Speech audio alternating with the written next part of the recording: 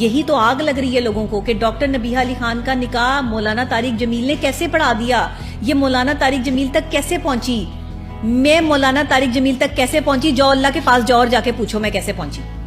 क्योंकि तुम किसी बंदे की तो बात नहीं मानोगे, बंदे तो तुम्हें झूठे लगेंगे, तो अल्लाह के पास जाना पड़ेगा। इसके लिए तुम्हें जो है वो ऊपर जाना पड़ेगा, ऊपर जाके डायरेक्ट डायलिंग करके आओ कि मैं मौलाना तक कैसे पहुंची, क्योंकि मुझे नहीं पता मैं कैसे पहुंची। मेरे लिए सबब बना है, मेरे लिए एक ऐसा सबब बना है कि मैं कोहिनूर के ही प्रोग्राम में एज जो है वो गेस्ट आई, मैं और हारिस, हमारा जो है वो हमारे बारे में बात हो रही थी। कोहिनूर का हमारा प्रोग्राम चलता है फारूक भट्ट साहब का टकाटक वो प्रोग्राम चलता है, उसमें मैं एज अ गेस्ट आई, तो वहां पर मेरी मुलाकात जवाद वसीम साहब से हुई। जवाद वसीम साहब एक बड़े वो भी रूहानी शख्सियत है और तारिक जमील साहब माशाल्लाह बहुत करीब। हाँ, मुझे नहीं पता था, मुझे बिल्कुल नहीं पता था वल्लाह आलम के उनका आपस में कोई ताल्लुक मौजूद है।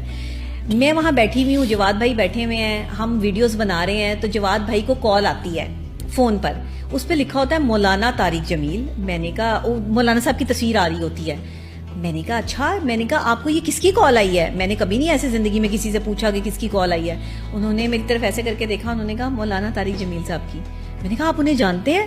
तो मुझे आपका ऐसे देख के तो बिल्कुल मौलाना तारिक जमील साहब की छवि लगते हैं, तो क्या आप उन्हें जानते हैं? मुझे उनसे मिलवा दें प्लीज। मैंने कहा जवाद भाई मेरी जिंदगी की ख्वाहिश है कि मैं मौलाना साहब से एक दफा मुलाकात करूं। उनसे मिलने के लिए तो बड़े बड़े लोग तरसते हैं, वो इतने बड़े आलिम दीन है। जवाद भाई ने मुझे कहा कि बेटे मैंने सुबह 10 बजे जाना है, अगर आप 10 बजे उठ जाती हैं तो आपकी मौलाना साहब से मुलाकात हो जाएगी। यकीन करें मैं रात को सोई सुबह 6 बजे हूँ, लेकिन 10 बजे इसलिए उठ गई कि मैंने मौलाना साहब के पास जाना है, उनसे मुलाकात करने के लिए।